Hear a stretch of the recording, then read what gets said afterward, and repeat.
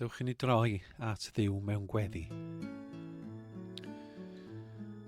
Arglwydd da ni'n daddoli di ac yn dyfoliannu, oherwydd dy fod ti yn Dduw perffaith ac ysblennydd, yn Dduw sydd yn ddigyfnewid ac yn dragwyddol. Da ni'n byw mewn byd sydd yn gyfnewidiol, a da ni ar hyn o bryd mewn sefyllfa o ansicrwydd mawr hefo'r feirws corona. Yng nghanol y cwbl mi wyt ti yn gadarn ac yn ddibynadwy, rwy ti fel craig o dan ein traed.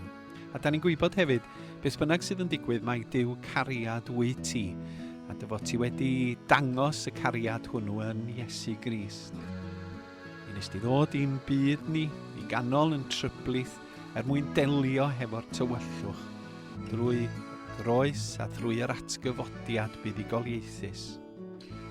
Diolch Dad, dy fod ti'n malio gymaint am ddynoliaeth, a ni'n anheiddi dim byd.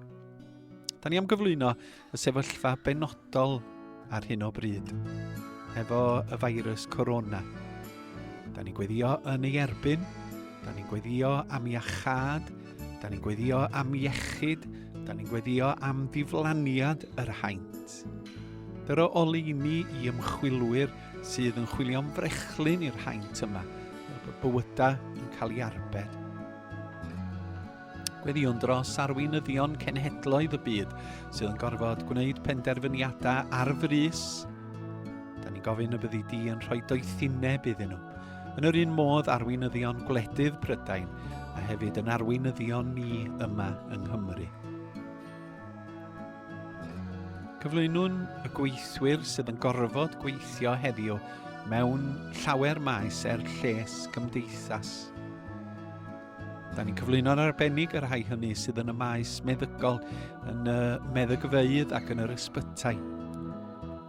Rho nerth iddyn nhw, rho iechyd iddyn nhw, yn gonsultants ac arbenigwyr, yn feddygon, yn nyrsys, yn lanhawyr, yn weinyddwyr, fel i bod nhw'n gallu gweini ar y gwan a tal a iachau nifer.